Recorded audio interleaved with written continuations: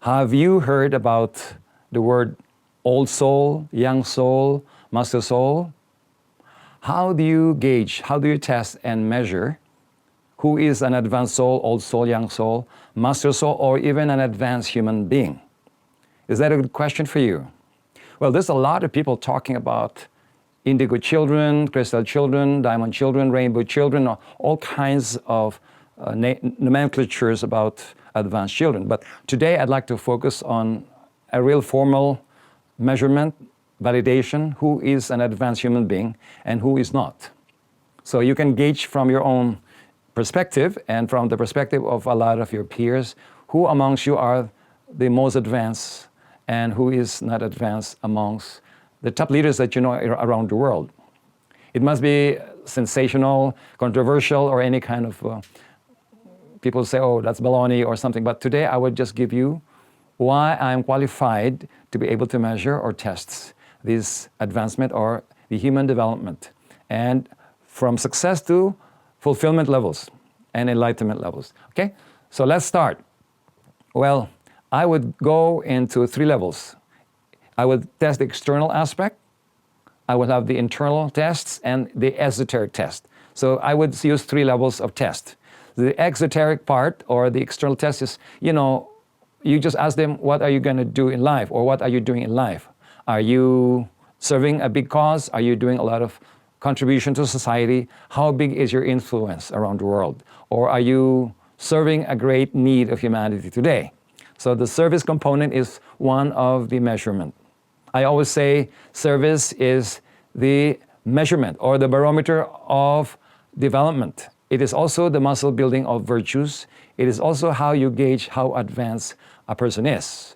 The bigger the service, the more advanced their soul. So that is one. How big and how influential are they in terms of service? How extensive and how impactful are their service? Okay. Secondly, I will also listen to their stories in life. Are they emotionally mature when they're telling a story? Are they very emotionally empathic, loving, compassionate? Or if they were not as compassionate, do they have a beautiful mind? Do they have goodwill, good intentions, goodness? Do they have the will to do good? Are they always intentionally in doing great things? So their mind should be measured by their intentions, their motives, and also their brilliance. Now, how big and how impactful are their ideas? Are they brilliant people? Are they able to talk not only about science, but philosophy? Are they able to talk about principles? Are they able to look at alignment in terms of higher development, in terms of mind development?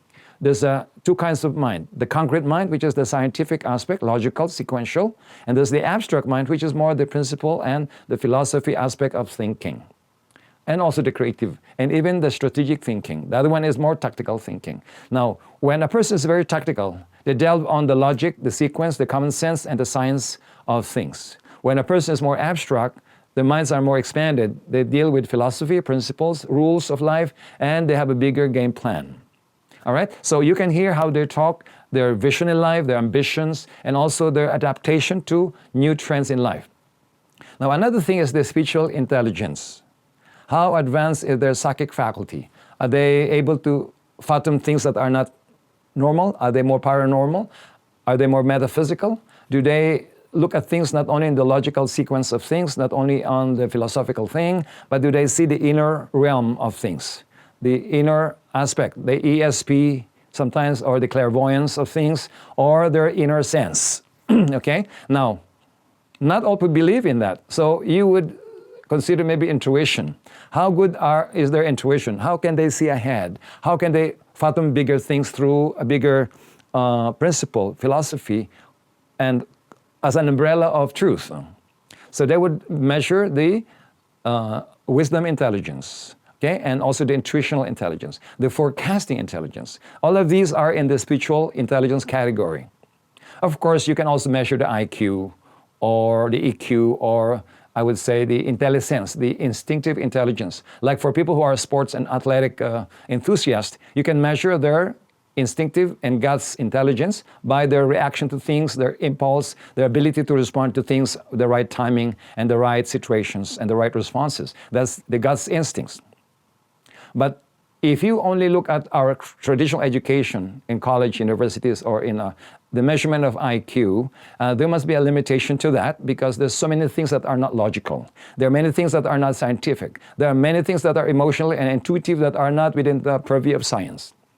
In fact, when I scan the energy, which I will tell you later on how to scan the energy, of the two highest IQ in the world, we have the Marilyn von Savant, which is like measured at 228 IQ. That's the Guinness Book of Record in 98 or 95. There was a measurement of the highest IQ in the world. That's Marilyn von Savant. But also we have William James Sidis, who is an American whose IQ was beyond the scale. So they suspected it's from 250 to 300 in the IQ tests. But these people are modern geniuses who are measurable in terms of intelligence. But I have met many gurus who did not go to school, but their intelligence is so high that they can instinctively even know what you're thinking. They can guess what you're feeling and so on. So these are the more inner tests of a more advanced soul or a more advanced sage. Okay? So there are ways by which you can measure externally the levels of development of human beings. Okay? Just talking along to somebody with more refinement, a higher culture, more empathy, more compassion. You can see that these people are more advanced than people who are more the savage, the aggressive, the cruel type of humanity, which is like more of the towards the animal gestures. So that's one. So emotionally, you can see how people are gesturing and expressing their emotions and feelings in a more refined state. And not all people are very emotionally sweet, but they are mature. People who are more emotionally sweet sometimes are not always mature. So they can be very sweet and loving, but not emotionally courageous. They don't have the valor. They don't have determination. So they're lacking emotional maturity, which is still part or the higher part of emotional quotient or intelligence. So if you measure between a sweet person and a mature emotional person, you sometimes see that the emotionally mature person has more courage, more daringness, and more focus on achieving great services by using their emotional passion. So you see that there are two parts of emotional intelligence, such as in terms of the mind, there are two kinds of mental intelligence. The concrete mind, which is the scientific mind, and also the abstract mind, which is the principle and philosophical mind. So there's two parts again. Higher mind, lower mind. Now, in terms of instincts, you can also see people who are more advanced. They have the knack of knowing what to do. Their guts are very developed. They just have the sense of doing the right thing at the right time. A lot of entrepreneurs did not go to school. They're not MBAs. Didn't study finance. But their guts are very developed, and they have the killer instincts. If you have a good killer instincts, you have the guts instincts. You are more evolved as an entrepreneur in decision-making and speed of execution and in implementations. That's why a person is more advanced in terms of the instinctive intelligence. So all of these different levels of intelligence, called the 5 levels of intelligence, are all external measurements of what we call advanced soul, old soul, or a master soul, or a more advanced human being. Another measurement which I'm now studying and expressing in my book, Mastering Your Functional Excellence, is the antidote of a mediocre autopilot life and also ailing education today. So you can start to look at how people learn and how they become functionally excellent at the level. There are 7 stages by which a person becomes functionally excellent. The first 2 stages is just learning and realization, awareness, and then stabilizing their skill sets. But most people die only skilled. They do not go into a high level of refinement and stabilization in terms of learning and skill development. That's why people just go to the first level of skill development and curve of excellence. That's why they plateau. When a person plateau, they can start and go dip and go down to the ravine of failure. So that's where a lot of people are. After they learn a little bit, they become skillful, and then they plateau, and they get stuck, and then they dip. And they go away and fade away as experts.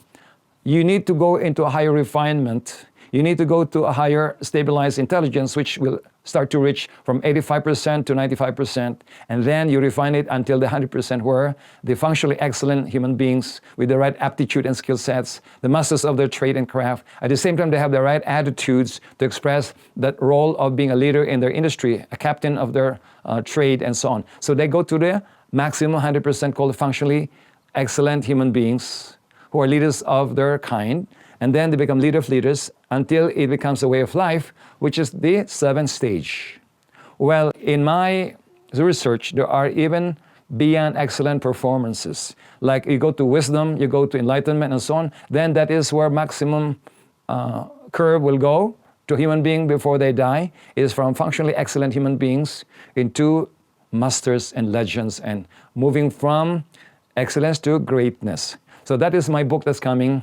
And I have written it because I think humanity should start looking at how not to stop learning, how not to stop unlearning and relearning in your skill sets and your trade and your craft and your education, because there's so many things to learn today that requires more unlearning rather than just learning. There are many things today that you need to digest the essence of your knowledge into wisdom. And from wisdom, you need to bring yourself into a person who can use it for service and go into the enlightenment phase where you become a master, a saint, or even beyond that. Okay? So this external way to measure how advanced a soul, how advanced a human being is very external. You can be talking to the person, you can be looking at the IQ test, you can be feeling the empathy of the person, you can be looking at the refinement and the culture, or the more, I would say, upgraded version of themselves and so on. You can be talking in terms of the philosophy, the whys of life, the reason of things, and you can see that they are very deep into their own reasoning. They're very profound in their own answers. They're very experienced in their own skill sets, and they have the right attitude to be able to lead others and be the leader of leaders. Okay, so that is the external component, which I have written in my book, From Success to Fulfillment, the 5 levels of intelligence and the 5 levels of health, where you can see that in the future, you see a more advanced human being by looking at their health. When you don't make mistakes in terms of food, the need to exercise, metabolic rituals, and also the proper use of the mind, the proper expression of emotions, the proper expression of your intuition and your instincts, you become very healthy. So in the future, you can see how advanced a human being is by looking at how healthy they are. Their total health quotient will be a measurement of how advanced human beings in the new humanity coming in. So that's also how I look at human beings. If people make mistakes of having wrong food, wrong diet, wrong decision making, and wrong relationships, and all kinds of bad decision making and blunders and snafu in life, it means to say there are certain intelligence in their life that are not honed yet. That's why they're making mistakes. That's why they don't have discrimination. They don't have discernment. They don't have a high intelligence to decipher what is the right thing to do, not just the correct things to do.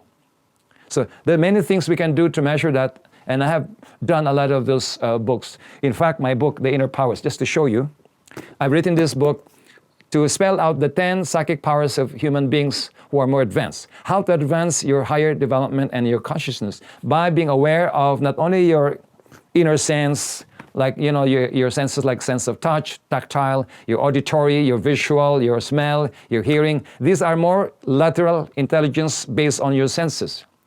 When you started to hone your higher senses and expand your higher consciousness, there are many faculties which will open and awaken, such as clairvoyance, the ability to see energy, the clairsentience, the ability to feel energy, clairaudience, the ability to hear vibrations and sounds, inner sounds, and telekinesis, the ability to move energy using your energy field.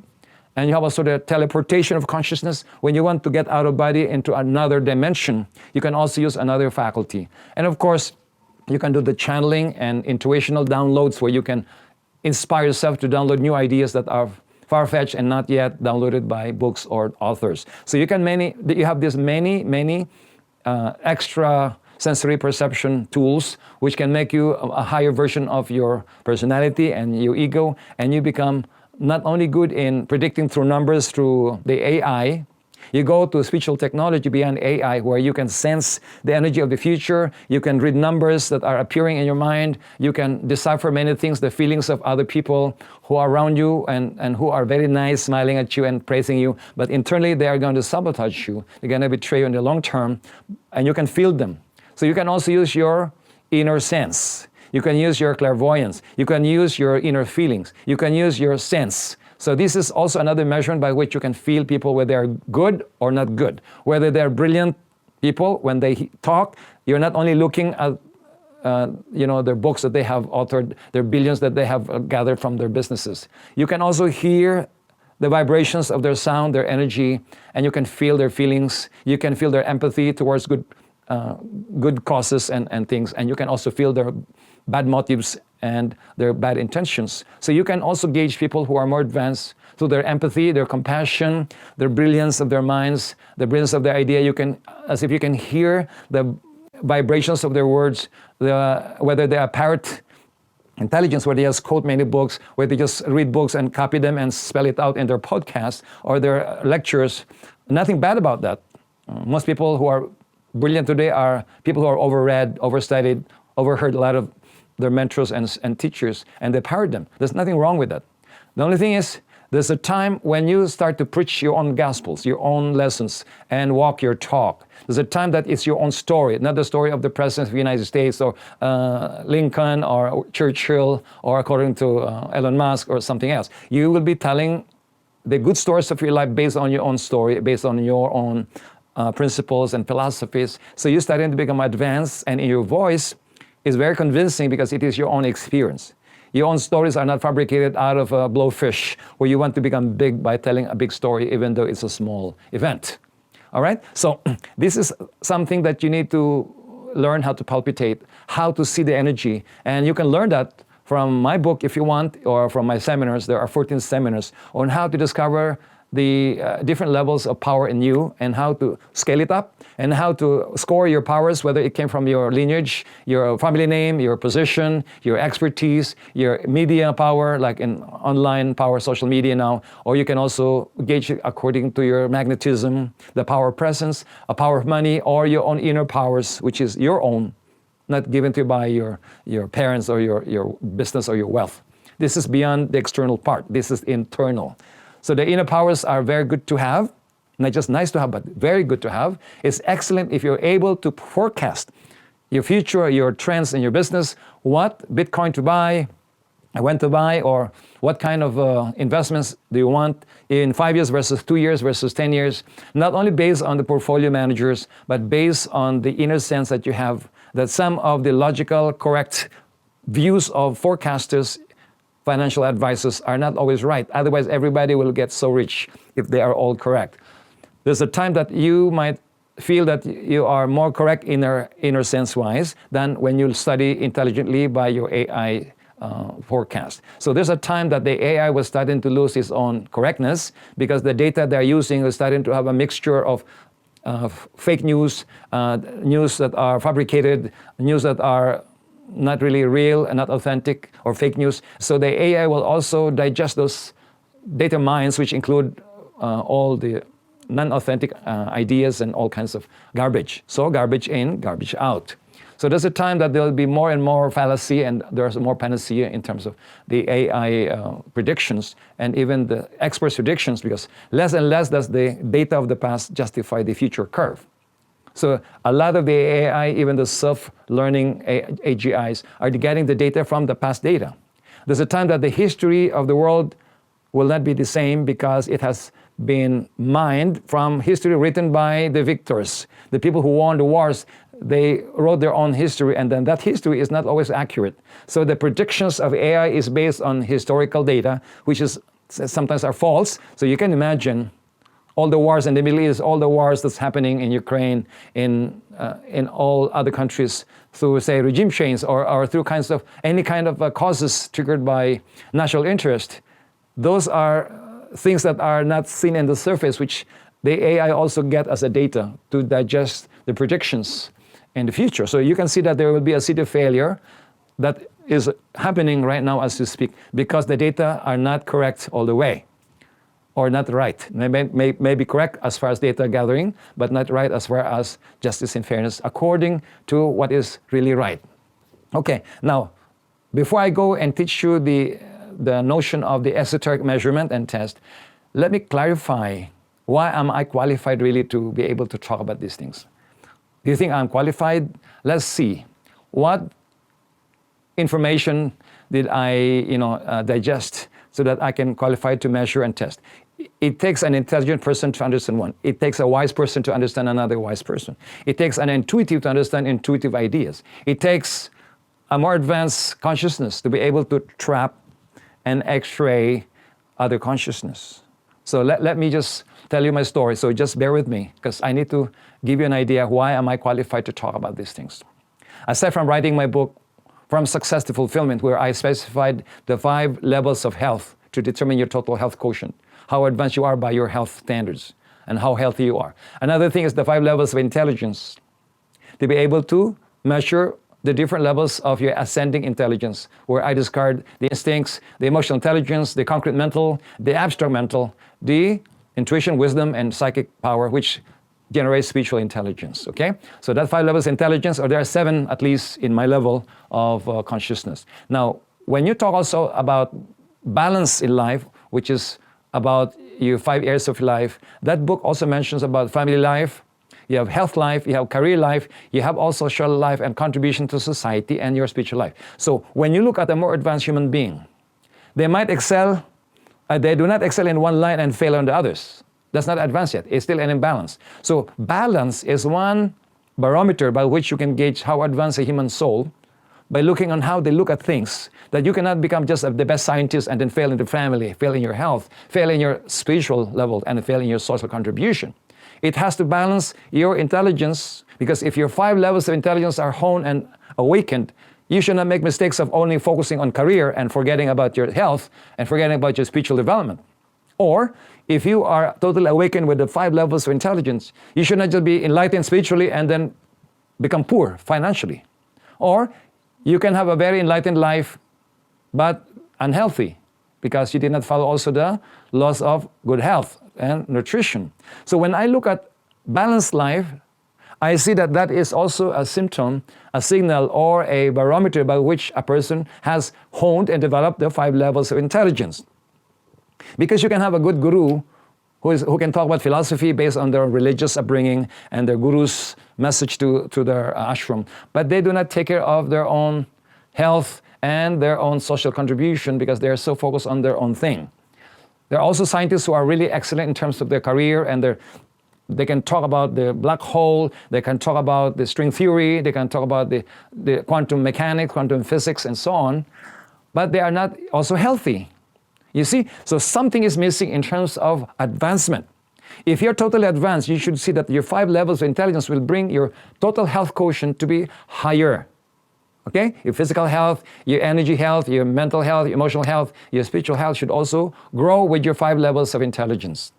Another thing is, when I wrote my book, The 8 Types of Leaders, I know also that there are many ways by which people fail and become stuck. So when I wrote this book, just to show you that I have wrote 12 books, and I'm finishing my 13th book, the Functional Excellence book, and I have noticed from my travel around the world, dealing with many cultures, religion, philosophy, from billionaires to beggars and lepers, which I've done my own share of experiment, being a beggar. My mentor told me to be a beggar in India, in Nepal, and everywhere, which I can relate to you later on, who are my mentors, who had helped me, who had parented me to become more advanced and more enlightened in all these topics. That when you classify humanity, because I have really met at least 5 billionaires and healed them and mentored them. And also I've met 2 kings in India whom I've healed. I have met also and healed Andrea Bocelli. I have healed also gurus in India. I have 3 gurus in India that I've healed. I have healed a lot of top leaders of the top 500 corporations, and including the big pharma, the big tech, big finance, and so on. So I have exposed myself, even helping establish 15 nonprofits organization internationally, and I have also the 3 institutes which deals with incurable diseases, and also Wisdom Institute for Leadership and Global Advancement, WILGA, and Be-Life Institute for Higher Consciousness. These are the 3 schools who are now spreading my teachings around the world, and my duty is to go around the world to at least 100 countries and have touched the lives of these billionaires and measure their energy, talk to them, look at their health, look at their lifestyle, look at their not only their attitudes, their skill sets, and so on, their holistic approach to life and their lack of holistic approach to life. And I have started to have a template where I can call the 8 types of leaders, which can also be interpreted as the 8 types of children and the different ways of educating them and parenting them. The 8 types of lovers, the 8 types of buyers and clients, and how to sell to them differently. So this is a thesis and a hypothesis that I have created that really proves its worth by profiling the SWOT analysis of people, leaders, situations, countries, businesses. And this SWOT analysis, your strengths, weaknesses, opportunities, and threats, can be seen through your profile. So by profiling the different kinds of leaders, I know who has a blind spot on emotional, who has a blind spot on instincts, and so on. So these things I have used to profile a lot of businesses, their future expansion, their future relocations, where to relocate, what kind of culture, what kind of profile, matching the profile of their business, their leaders who will man it, and the place. So if there's a mismatch, then even a good business, a good product might not thrive in a certain location, because this is not the same match or profile with the product or services or the one who's gonna operate it, okay? So that one is one thing that I can look at. The different levels of development of humanity is not based on one intelligence. For example, who is more advanced, Mother Teresa or Einstein or Moses or Buddha, Jesus, Lao Tzu, Confucius, Zorro, and all the founders of different philosophies and religion? Who is more advanced, Aristotle, Plato, Socrates, or some of the yogis in India? So there must be some esoteric parameter by which you can measure who is more advanced. We can also, because Mother Teresa is loving and Pathing is helping the poor, but Einstein also developed a certain advanced equation and other things that advance humanity in science. Or a lot of the leaders, those like Moses, had advanced the missions of Israelites by passing through the Passover, crossing the desert 40 years, and also become the Messiah of those people through the Passover. So you have also Jesus, who is the Messiah of the world as claimed by Christians, who is an example of the way, the light, and the truth, and nobody goes to the Father without passing through him or something. So we have also Buddha, who is an avatar of wisdom and discrimination and austerity to become enlightened, so on, or detachment. We have many, many avatars of different philosophies, religion, and who are also advanced. So the question now is, who is more advanced? The question is, they were not measured with their IQ. They were not measured with their emotional intelligence. They were not measured by it's just a lot of stories and the scriptures that were looked upon or look at as values contributed to humanity. So you see, so when I look at the esoteric way of measurement, I would say, owed a lot of my skill sets in different levels through my training with my 4 enlightened mentors. One of them is a wandering monk, a Shaolin monk, where I learned the Shaolin style of martial arts, and so Zen, and also the Oriental martial arts of chanting and so on. So this very advanced monk, I have found him in Benares in India when I was delayed 3 times or twice in the plane, and he was delayed 3 times, and on that time that we were able to meet each other in Benares in India, we were able to connect, and then everything is history. So he was the one who taught me the Shaolin way of no-touch combat martial arts, where you don't have to touch somebody to fight. You can stop the fight before you start using energy. You can also use a dense shield with the mantras. We can also do transmutation alchemy using certain mantra, and then navel activation, the breathing of the navel, which is like your longevity, chi in your navel, using mantras and using sacred words. So I had studied with this wandering monk who has been enlightened in life. He has, I would say, mastered 7 arts, Oriental arts, including calligraphy, Oriental medicine, Shaolin, Zen, and he's a dancer, he's a musician, and he's also a mantric yogi, the one who's mastered sound and circuited sounds. So I studied with him, and he was one of the most difficult teachers of mine, because he subjected me to life-threatening situations. He sometimes tell me to be naked in public and true that I'm detached. He sometimes tell me to drink the dirty water in the Ganges River and see if I can use the mantra to transmute the dirtiness in the water. And he tells me to do a lot of weird things, to sit on a poo-poo and meditate and see if I can sense that God is everywhere, including God is in the poo-poo kind of principles, paradigm shift that I had been expanded and blasted in light when I experienced that one. So you can imagine that if you had teachers like that, you don't want to be trained by so-called weird teachers. But I have to master that part in me, which is controlling.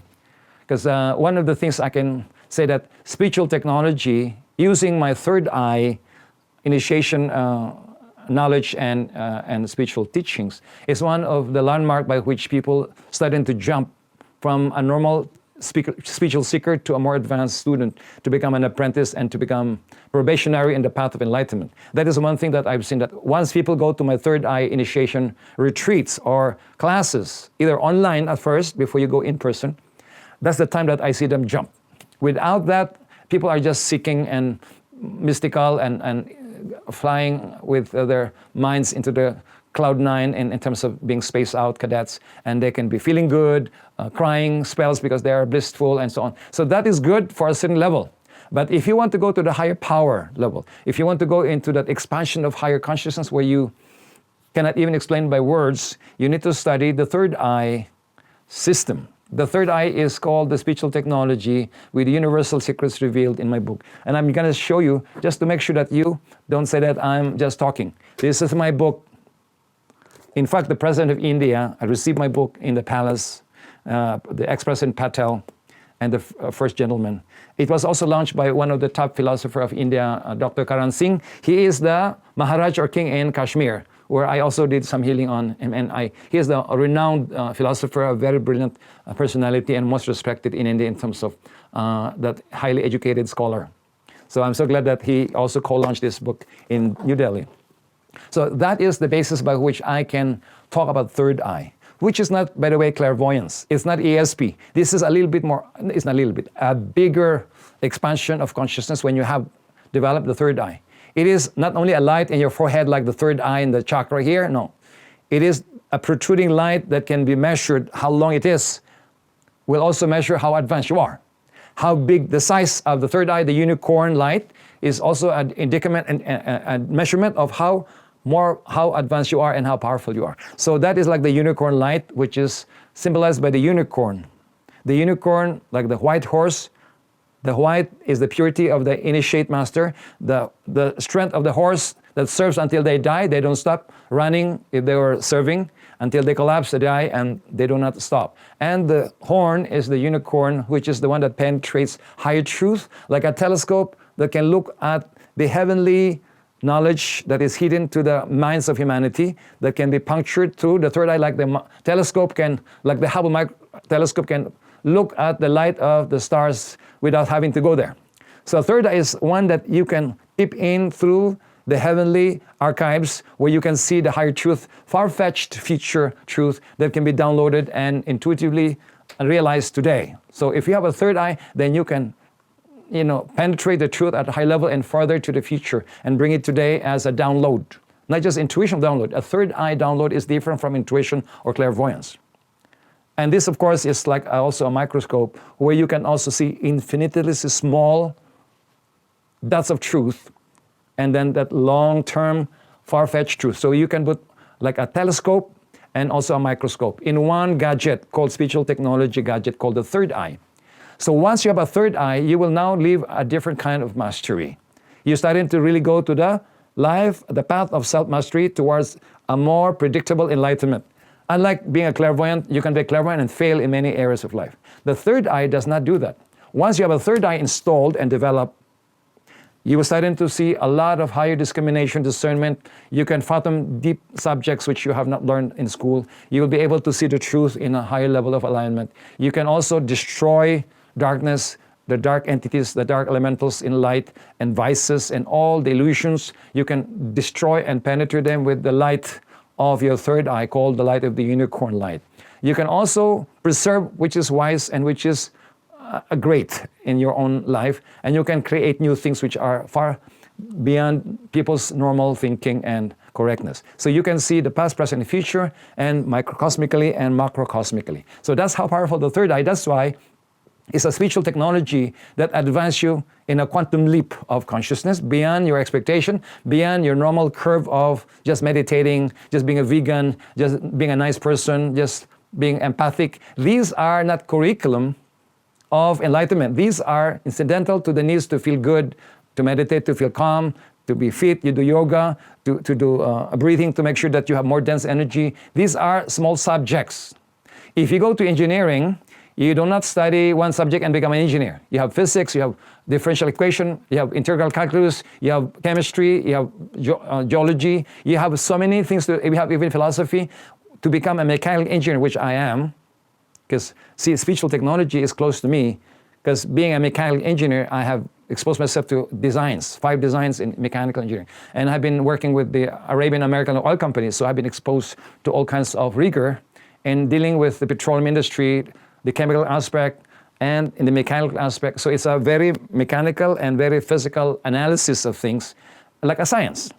So I have a scientific mind which calibrates things, which measures things. So until now, I still have that engineering faculty of discernment, discrimination, and I don't usually believe things immediately. I have to measure them. Sometimes I have to prove them. But the only thing is I have esoteric tools, like the third eye, clairvoyance, and other inner tools that can measure things, like how to develop a human being and how advanced the soul is. There are certain things that you can measure. That's why I'm telling you my experiences, because combining my engineering training that is very systematized, methodical, and down-to-earth measurement, I use my third eye and my clairvoyance and my advanced inner powers to look at the invisible realm, the inner auric field, which is the template of a human being.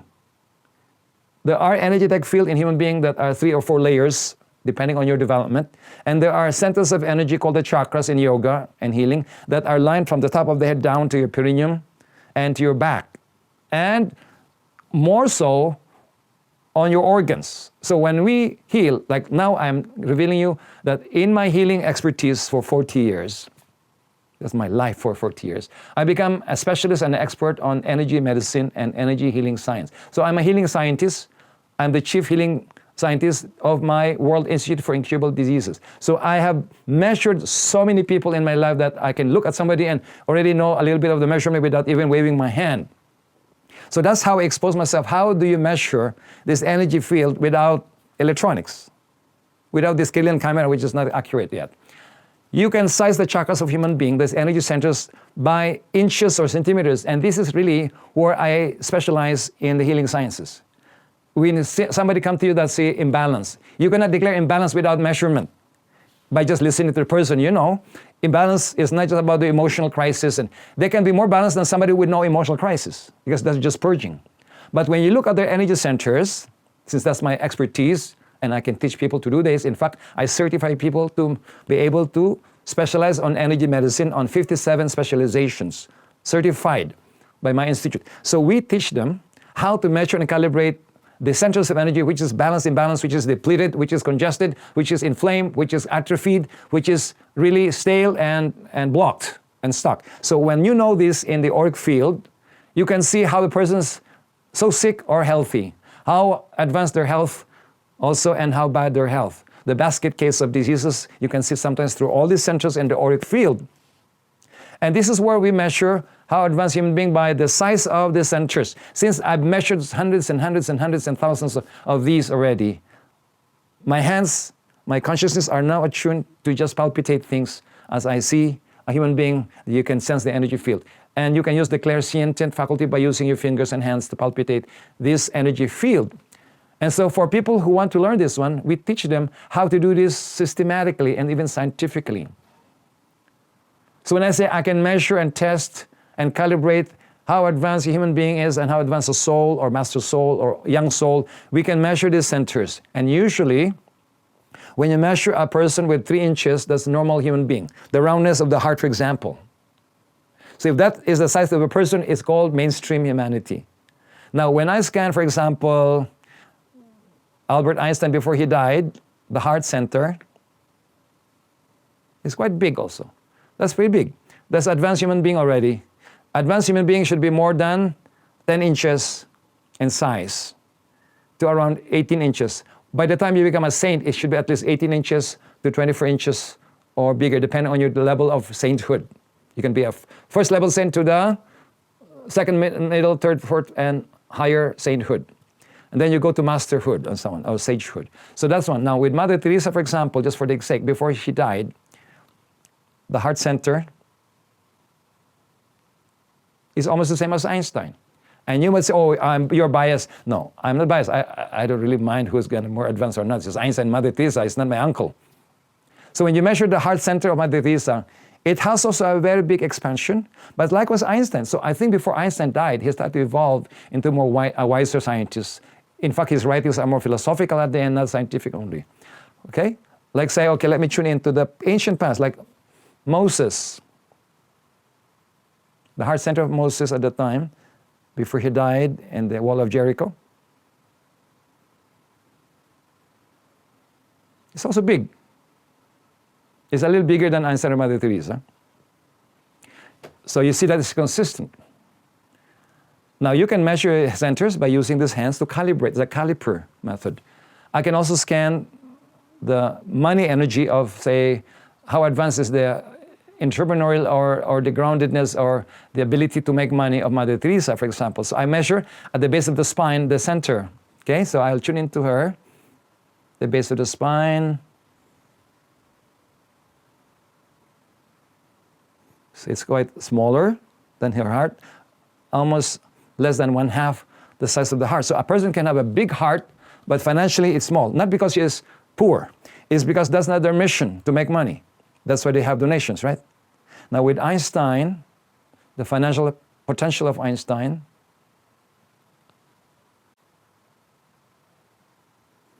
is a little bigger than Mother Teresa. It's almost double than Mother Teresa. Okay? Now let's scan Moses at a time.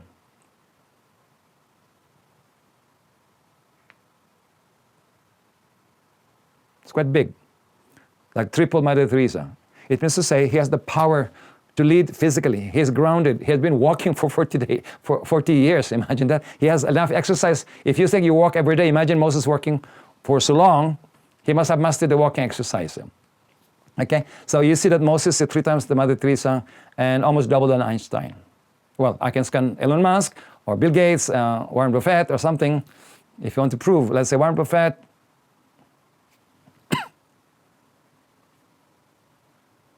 is huge.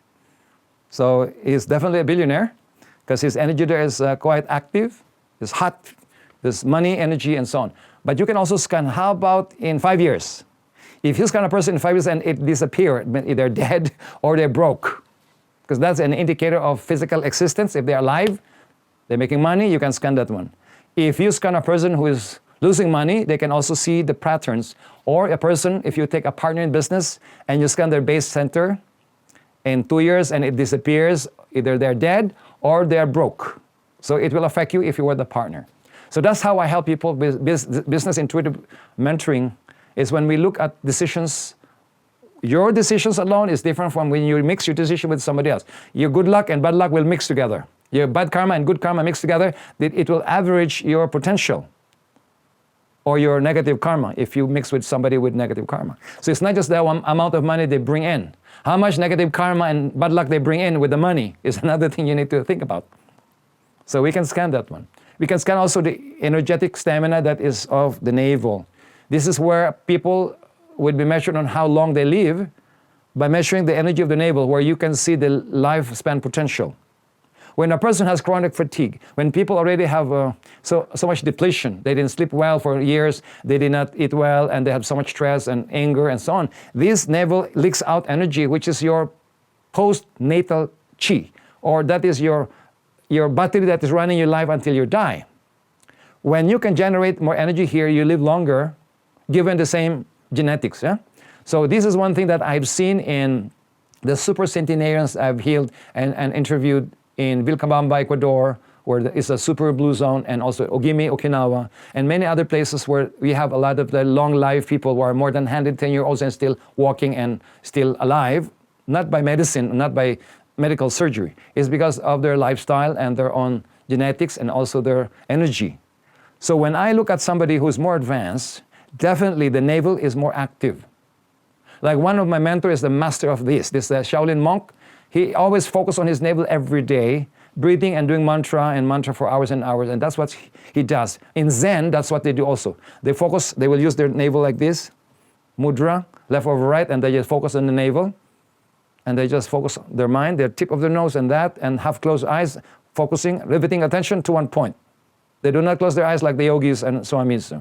They have half closed eyes so that their satori, or their enlightenment, is more physical awareness of oneness, being merged with suchness, everything is and nothingness at the same time, with focus on one point, the navel and the tip of the nose, and being aware of their breathing.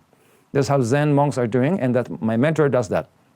I did it also, but then I did more advanced techniques afterwards, because that is only one thing that you can increase your inner power to be aware at 360 degrees of the environment, especially when you're fighting.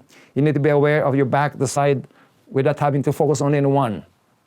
Okay? So that is one thing that I would like you to consider, how to activate your navel every day with this mudra, left over right, and concentrating on your navel, even for 5-10 minutes. If your mind is wandering everywhere like a monkey mind, as they say, you rivet your attention on your tip of the nose, on your breath and the navel, and nothing else, until you master that focusing. When you can do that for 5-10 minutes, your energy increases tremendously, and you increase your lifespan, because that energy is the fuel for longevity. That's why Japanese, when they want to kill themselves to prove to their gang leader, they just put a dagger on their navel to switch off the light force, the life force, dissipate, and then they die. They do not do it to the heart. You can still survive to the heart, but that one tends to leak out all the energy that is left in your lifespan. So if you know how to generate energy there and breathing, and plus you do mantra, which is the mantra that will be given to you by your mentor, you will alchemize the energy and make yourself always have staying power. Sleep less, do a lot of stressful situation, you will not run out of energy. You have this continuous, perennial, and always available staying power. That's one thing that I have mastered with my other mentors. So let me tell you again that one of my mentors also is an immortal. They said that he is more than 400 years old. I don't know, I didn't verify, there's no way to verify it. But he is in control with his own body. He's naked always, even in the highland of the Himalayas, around 19,000 feet above sea level. He doesn't wear anything except loincloth. And he doesn't wear any sandal, he's always barefooted. And he doesn't eat anymore. He just drinks water, melt the snow when there's no water. And he hibernates in the caves for around 7 to 8 months when there's snow. There's 30 to 40 feet of snow in the Himalayas, so he uses a snorkel to breathe, and they hibernate inside, meditating like hibernation meditation for many, many months inside the cave. So he's one of those that I've studied, and luckily I was able to copy his techniques that was included also in my book, The Higher Science of Longevity. Let me just show you. See, this book is not about blue zones only, because I've gone to a lot of blue zones in the world, but the super centenarians are more than 110 years old who are still walking, gardening, and I have seen in Ogimi, Okinawa, somebody is still bicycling and delivering vegetables to the market. And so this is a very important book for people who want to live longer. And the secrets of the super centenarians, the 7 principles by which they all do, it's not the same food like vegetarian or meatarian, no. They eat different things. But there are 7 things that they do, like say, as a common denominator for all these people in different countries that I have studied that are similar to each other, and then I have revealed it in my book, The 7 F's. Okay, anyway, I'd like to mention to you that for you to increase your instinctive intelligence, to be advanced, to advance your instincts and guts and longevity, the navel energy is one of the solutions for you. So when you have taken so much antibiotics, medication, chemotherapy, and all kinds of things, your guts have become so acidic and it's starting to kill the good bacteria in the navel. So your potential millivolts that's measurable in your navel that measure the antioxidants should be minus 300 millivolts. If you buy water from the market, it's plus 300, 400 instead of negative. So it becomes congesting, and it's not probiotic type. The probiotics usually measure minus 300 millivolts in the potential of the electrons in your navel. So that one is a measurement by which you can also test if you can live longer. How acidic are you, or how non-acidic are you? So we have seen that by doing the navel breathing, not only do you improve your longevity and your perennial power, staying power, you also improve your gut's instincts for decision making. So if you want to become a good executive and entrepreneur, not only do you know the laws of finance, the laws of marketing, the laws of accounting, the laws of growing, branding, marketing, sales, and the e-commerce today, you need to have the good instincts what to do as your best choices all the time. And best choices do not come from just best practices or best options in the market. Sometimes your best choices are not yet fabricated in the marketplace. You have to create your own choices and options to make sure that you are ahead of your competitors, or you're ahead of your game, on the top of your industry. So sometimes your navel will give you the instincts that what is available for your options, especially when you have crisis. It's not enough because your promise is more complex and complicated than what is solvable by the normal best practices. So sometimes I sense that, and I use my instincts to say that, oh, this is not enough sophistication to solve this complexity. So I fabricate my own solutions and I do hybrid integration of many choices until I sense that, this is enough antidote to this complexity or this crisis. So your gut's instincts is so important if you want to become a good entrepreneur. This is the application why inner powers, the third eye, and all this paranormal and metaphysical qualities are very important to your business, to your decision making, to your relationship building, to your lifespan development, and so on. So they are not really away because we are made out of energy. It's about energy. So this is one energy which prolongs your life, improves your God's instincts, and makes you healthier and more alive. When you're more alive, you can sell better. When you're alive, people feel good about you, so your brand expands. Not because of your logo, not because of your product, it's because they feel you as more alive than them, so they would trust somebody who is more alive. They would trust somebody who has more power. They would trust more people who have the power presence. When you talk and speak in public, you need to have the power presence by having a good flowing energy, metabolizing your power of heart, emotions, thoughts, and that's supposed to be reverberating, flowing like a fountain to all people listening to you. And so that power presence, the staying power, including your sexual power, because this affects your sexual power. If you are impotent or if you have infertility, this is one thing that I recommend you to breathe through every day for 10 minutes until you attain that potency, and that adds to your testosterone power and so on, or into your own feminine power. Okay, we'll not talk about that today because that will take us a long time and people might not want to talk about the sexual alchemy today, which I have a book also on that. But in fact, the sexual energy and this one are related. So if you want the energy to be creative and flowing and so on, you need to increase your navel. That will affect your sexual power to increase, so your creativity will increase. I was in Andre Bocelli's house, healing him also and talking to his wife Veronica Verti and eating with them and doing some healing and talking about the energy. And he mentioned to me even that when they were practicing the opera singing and so on, they were practicing how to get it from the solar plexus. See, this is where they get their voice to become very strong. The diaphragm is the one for organ for breathing. So they would try to increase their vibration through their solar plexus, the emotional center. And you can make a person cry. If you're very emotional in singing, you can make people cry by using it from here, or feeling good from the heart. And I told him, Andrea, there's some more powerful thing that you can use your navel or your sex when you're singing so that you will be able to vibrate the charismatic energy or the magnetic energy that comes from the sexual powers, if you still have. So that's why one of the things you can do is to activate the sexual energy through breathing and the navel energy to increase your stamina, so that when you sing, you do not sing only from the emotional, from the heart, or from the throat. You have to sing from the source of fire. The source of magnetism and charisma is that. It's not the emotions. Well, this is emotion charisma, but that is more of the magnetism that comes out of your heart, out of your throat, out of your mind when you talk, when you speak, when you sing. And that is the one that people feel and receive from their auric field. So that is why I was mentioning to him that there are mantras like Om or the equivalent of Amen in Christianity. And he said, oh, we also study that kind of thing. So I even left my chantram. I recorded a mantric yoga with different mantras to him and say, okay, let me see if you need this or not, you need it. So it depends. I did not follow up if he used it or not, but I recorded many chants and mantra that makes your energy vibrate, including the vibration of that inner power and sexual power, to be able to bring that power internally and to externalize it as your auric expansion and fertilizing your power in your heart, your mind, your soul, your creativity, your emotions, your sexuality, and so on. You can make that as a tool for you to increase your charisma also. All right? So let's leave that topic now. But so I have studied this also with that Shaolin monk, but more on the Sanskrit mantras and his Oriental mantras. So I have mastered a certain level of mantric yoga because he did chant with me all the way every day for weeks and weeks, and a lot of focusing only on the navel. And so I started to develop the navel like a booster, a turbo, and an energy field which just it sustains your energy all the time.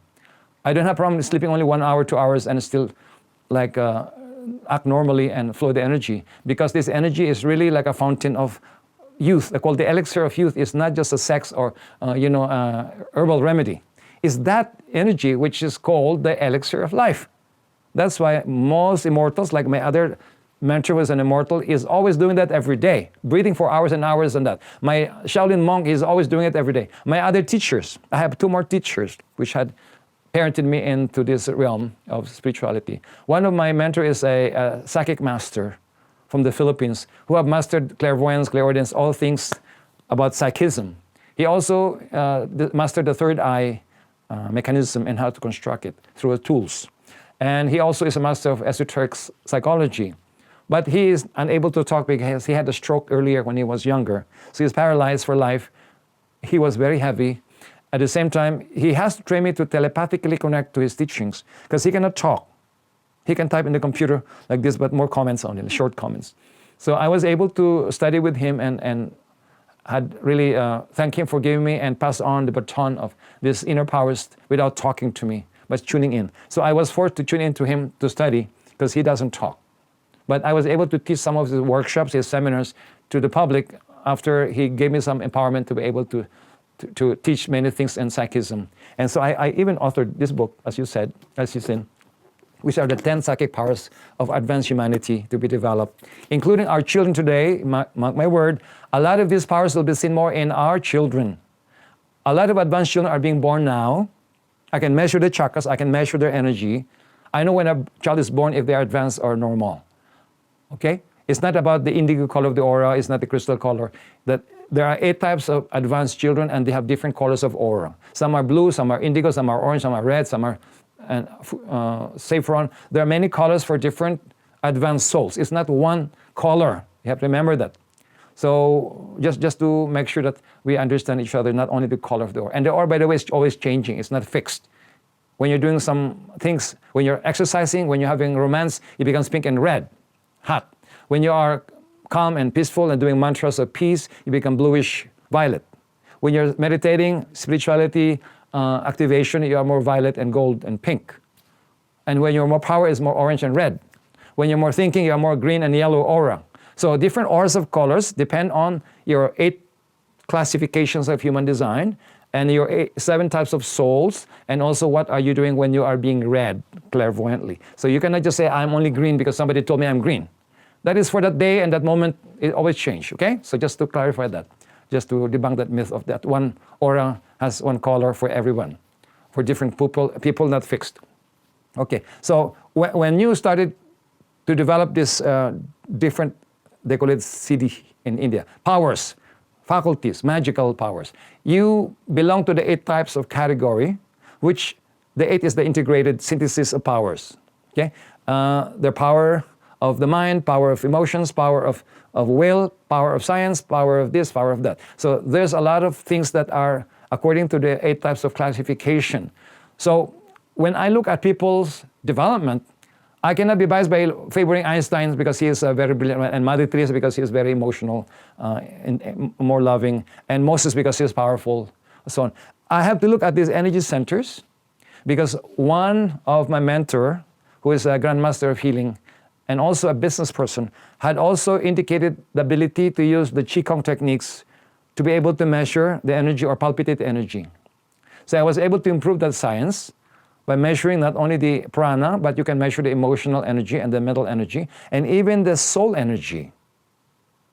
So all of these centers of energy are not only 7. Most people talk about 7 chakras or 7 centers. That is only what they taught you in India, in yogas and in meditation, or the gurus. They only know the 7 chakras. There are many hidden chakras, such as your forehead. You have also the spleen on the left side of the stomach. You have also the base of the spine, not just the front of the sex. You have also the back of the navel. And there are also many more at the soul level and below the lower soul correspondences. So do not just be deceived that there's only 7.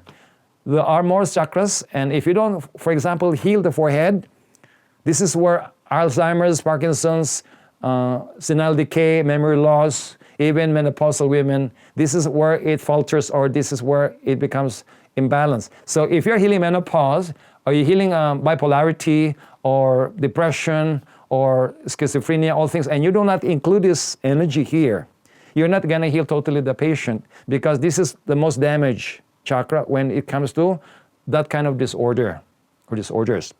Okay? Now, if you're healing hypertension, for example, if you're healing adrenal fatigue, if you're healing people with low blood pressure, or supersexuality or hypersexuality also, it is about the back of the navel, which controls the adrenals, the kidneys, and your blood pressure. So if you do not heal that because it's not in the checklist of the chakras, then you're not going to heal the person totally. Okay? Now, if a person have COVID, the person has devitalization and accelerated aging, the person has thalassemia major, the person has lupus, the person has autoimmune disorder, the spleen center has to be included. And if you don't have the spleen chakra because you only have the 7, then you're not going to heal totally those autoimmune disorders, including COVID and many of the devitalization and fatigue of the human being. So we need to include that. So if you look why I have mastered looking at how advanced a human being, I was already exposed in measurements. That's my job every day. When I get you as a client, for example, and you come for your imbalances, you're stuck with finance, you're stuck in your marriage, or you're losing yourself because you don't find any more meaning in what you're doing.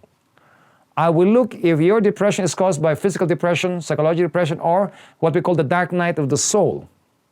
There's a time that you plateau in your own development and you are going to dip curve to the ravine of change. Either you disrupt your curve to go up again and reinvent yourself and get another purpose set in motion, or you drop and becomes wasted in this life as a victim of what we call the dark night of the soul. This syndrome, because there's many kinds of symptoms all in one, it's a basket of symptoms. It's not easy to heal. It's an incurable disease, and it's not yet in the manual of the psychiatry and psychology of this DSM-5, because it is not classified because nobody is paying attention. Everybody is classifying everyone into depression, anxiety, and PTSD, and burnout, and so on. But these are exempted because these are more advanced symptoms, which is imposed by the soul when you're already stuck, when you are declining in your life, when you're wasting your life anymore. It does give you that impulse by which you're starting to feel that you have lost it. You have already declined in your health, your mind, emotions are like going to collapse. You feel like you're dying without physical death. It's like the candle is like melting. And I've been healing a lot of these people, including I have healed gurus and saints in India in a way, because I have these symptoms in them and they don't know how to feel good anymore, even though the yoga and breathing and they do the chant. It's not working anymore. And they said that they don't have the same experience as before because they feel like they are withering out, fading away. So I've healed a few gurus with that symptom, and even a women saint in India and in different parts of the Himalayas. I have met them and I saw that they are into the dark night of the soul. Even Mother Teresa has said that he is losing the love of Christ and the love of God that he used to feel, and she was confiding. She did confide to her friar, mentors, priest, but they just say that keep on praying. But the more you pray, the more you feel the sensitivity of losing it.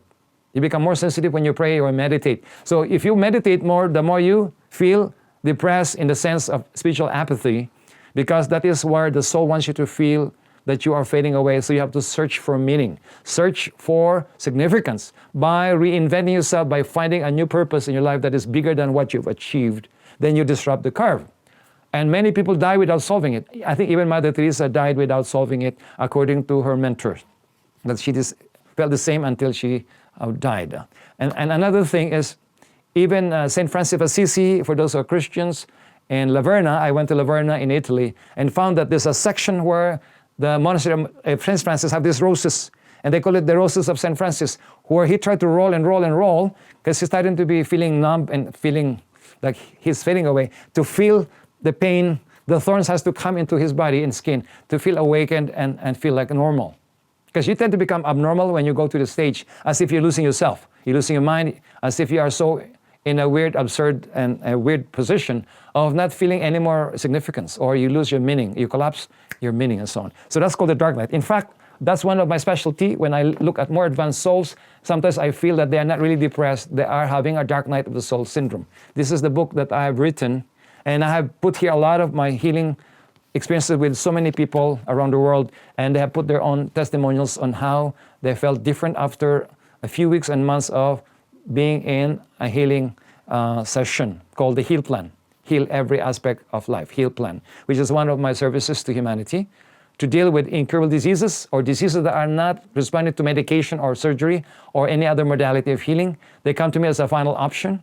And we look at the whole situation. We scan all their centers. We look at their soul energy and their meaning or no meaning, and if they have been saturated already in a plateau and deep curve. So you can see that some of the diseases are not always born of chemicals or microorganisms or acidity or bad food or fast food or genetics. There are exceptions to the rules, because as you evolve, diseases are not always connected not to medical causes like microorganisms. They're connected to karma, or your past lives, or your past ancient lives, which is bringing now a lot of predicaments and distressful situations, because these are now to be cleansed. When you reach your apex of development from your past lives, the soul will bring now new ways to clean, because now you're prepared to unfold the new consciousness, which brings the new work to clean and purge the old stuff.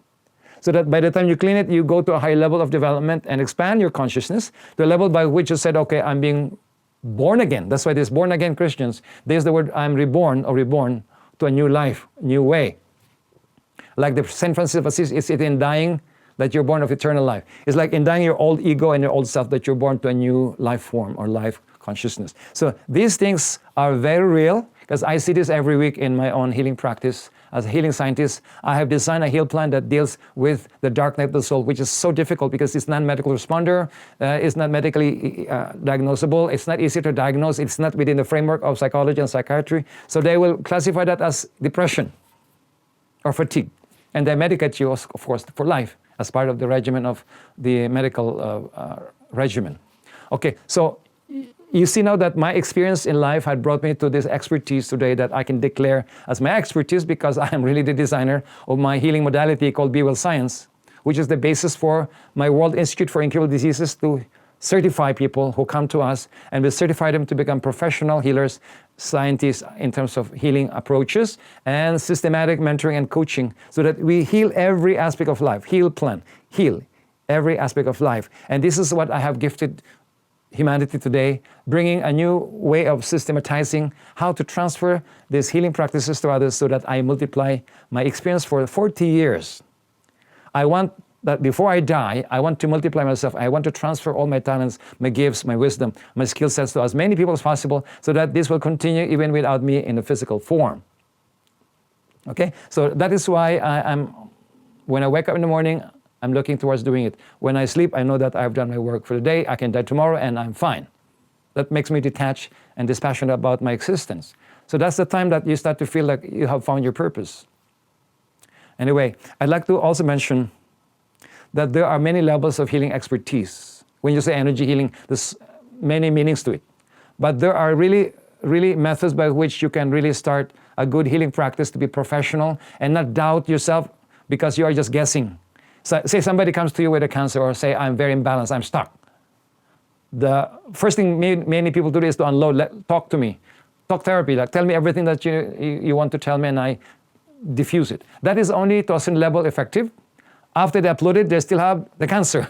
They still have the lupus. They still have the diabetes. So feeling good is one level. To feel good because your cancer has gone away, or the side effect of chemotherapy is removed before it becomes really bad, that's another level of healing that is systematized by us in the Be Well Science modality, which I found.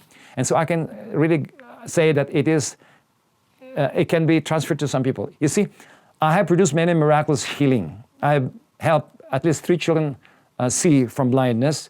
I've healed one lady in Peru who is the mother of the ambassador there, who has glaucoma and he cannot see anymore anything and no colors. After healing for 20 minutes in front of doctors who brought her, including her own doctor, he was able to see all the colors and describe the people. And that one is probably amazing to me, but it's my cup of tea, you know? So to me, it's like a normal thing.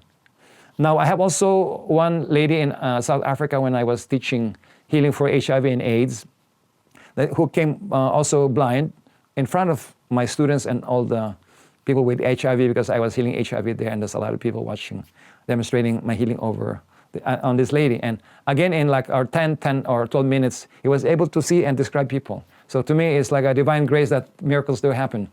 It's not always 100% every day, but it does make a lot of difference if you know the system by which miracles do happen, which I can maybe talk in another video.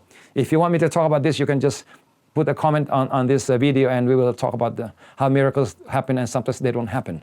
Okay, so this is a normal thing. I have healed also children with holes in their heart, 3 at least, deaf children to hear. I've healed people who are paralyzed and comatose and brought back to life, and even came to our ashram, to our village in Asia, because he wants to demonstrate that he can walk 150 steps from a comatose level to broken bones from an accident, to be able to sit in a wheelchair, and then flew from Africa to the Philippines, and then from here rode for 8 hours to arrive in our village. And well, there's a lot of miracles because it's a very systematic way.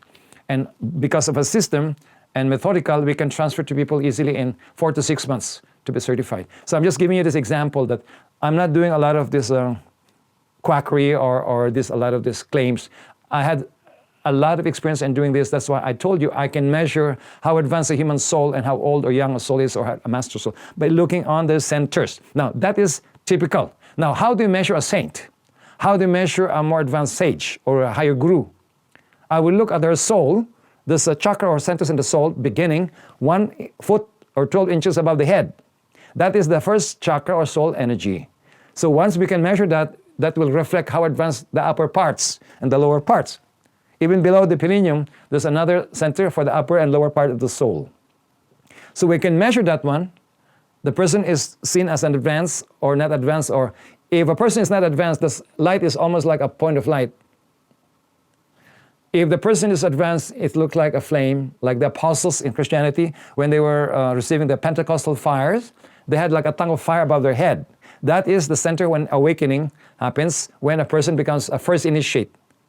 Above mainstream humanity, above advanced mainstream humanity, there is a first initiate, a second initiate, and a third initiate, who is the saint. And the fourth initiate is the basic master and the more advanced masters and so on. So for Christians, just for you to understand, the best Christian teachings I've found is not in the historical religion of what happened then. It's about the examples of Jesus the Christ fulfilling the stages by which human development will follow. That's why he can say, I am the light, the way, and the truth. Nobody goes to the Father or the higher divine levels of perfection without passing through that path. So the birth of Jesus, the baptism of Jesus, okay, first and second initiation. The transfiguration and the mount is the third initiation. The fourth is the crucifixion.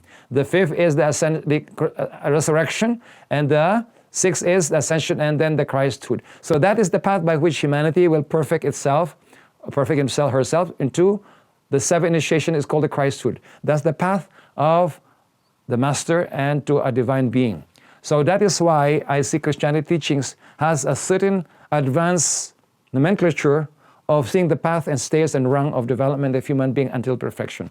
And in different religions, they don't have exactly that pathway for their avatars and prophets, but I can see also that this is the same pathway as Jesus did with other people. They just did it differently. Okay? So when I look at a saint, whether they're canonized or not canonized, it doesn't matter sometimes. I look at that center to be big. Like for example, a saint should have at least this size, 1 foot above the head. See, so that's how big. Masters will have bigger. So the lotus flower that symbolizes spirituality in Buddhism or Hinduism is that. So when your crown is open, that energy and the crown opens like a crown. Like the Pope has a mitre, the shamans have feathers, the Buddha has a hat with 1,000 eyes, and many symbols of Egyptian headdress, and many symbology on the crown. That's the spiritual center. The halos of the saints, the halos of the back of the head is the third eye halo, which is different from the top of the head. So when you look at this development, a Buddha or a more advanced wise master will already be sitting on the flower, not above the head. The being is higher than the lotus flower, meaning to say they already mastered the soul. That's why they're sitting on it. Okay? Now, there are more advanced centers of the soul. There are at least 3 more up and 3 more down. But I'm not going to talk today because it's not the subject matter. You can read it from my books. It's already drawn, and you can study them so that you have more information about spirituality in its entirety, not just a fraction of mysticism, fraction of the soul, The anatomy of the soul is also explained in my book, especially the third eye. Okay, so I'm giving you all the holistic approach to why I can read who's advanced and who is not advanced because of my experiences. I did not copy from a book. I did not take any other ideas to do this. This is a download from my own development and enlightenment, and these are my thesis to become a master. At the same, to be more enlightened, I have to bring them new teachings that are not written yet. That is the thesis of a master, to write books and new things that are not written yet, or if they were written, we include the wisdom of the past, because that's our masters in the past who wrote them or who taught them, and bring a new form of teachings that will transform the present humanity, and it will also be useful for far-fetched generations to come. That is why teaching should be continuous rather than silos. It should use the wisdom of the past that will be relevant in the future to transform the issues of humanity today, but it will be relevant for a long, long time in the future.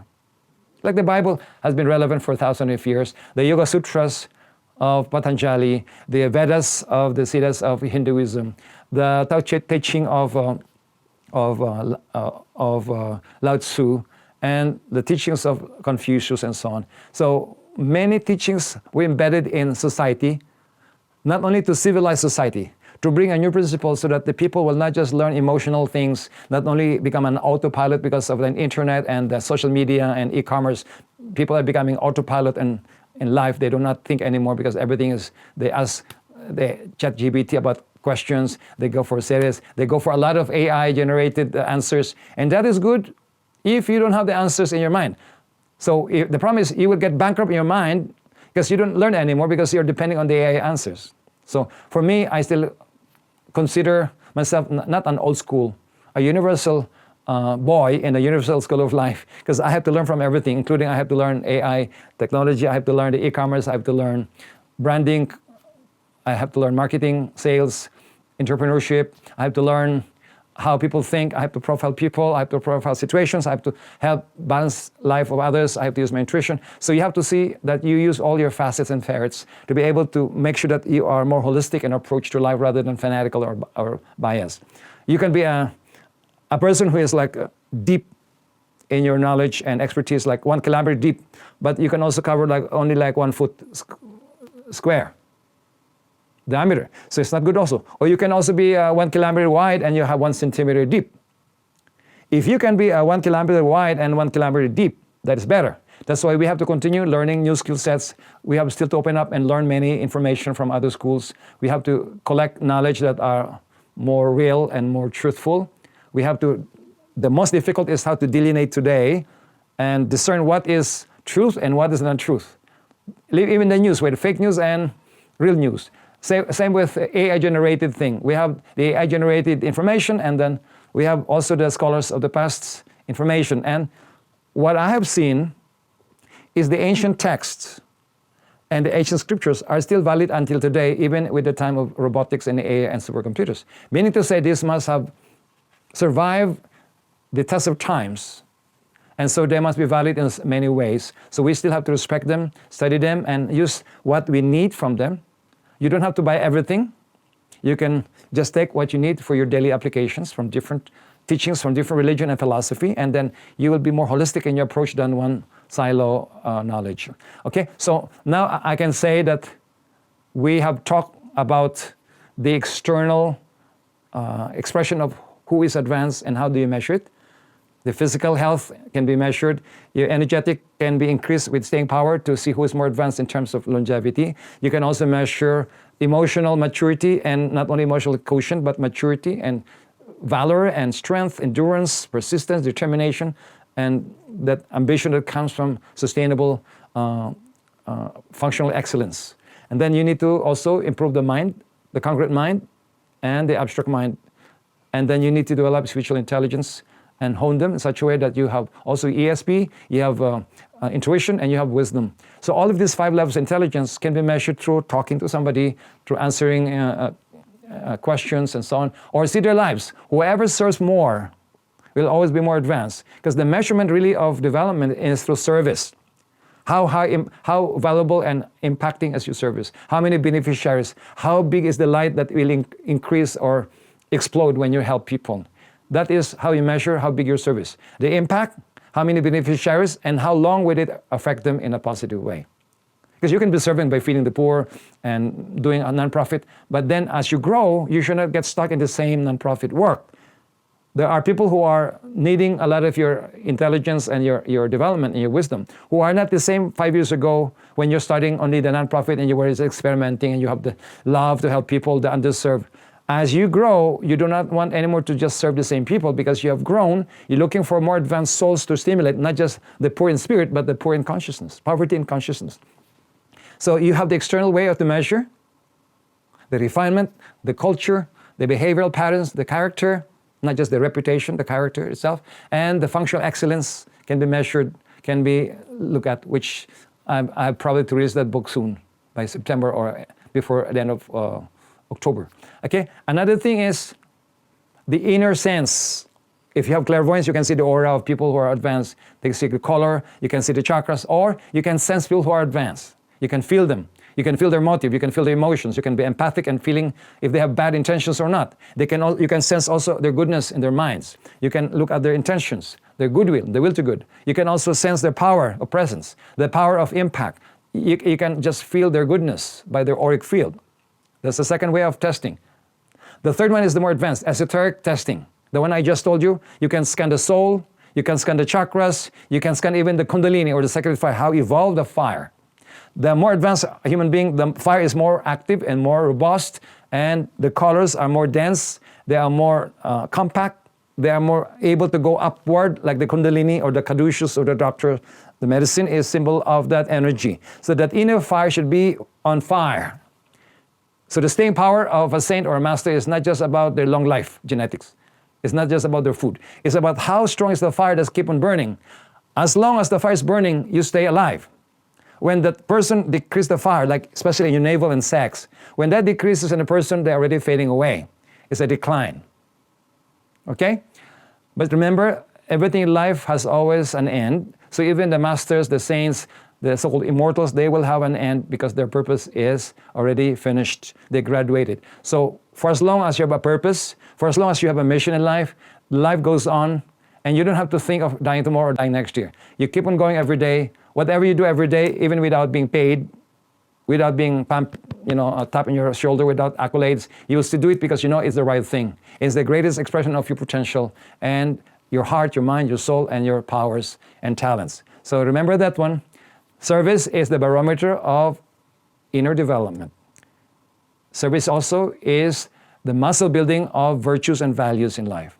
It's the measurement of how functionally excellent you are, and also preceding that is your excellence.